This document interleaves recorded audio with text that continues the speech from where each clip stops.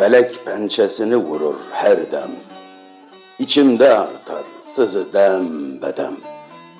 Vefasız dünya ne ister bilmem.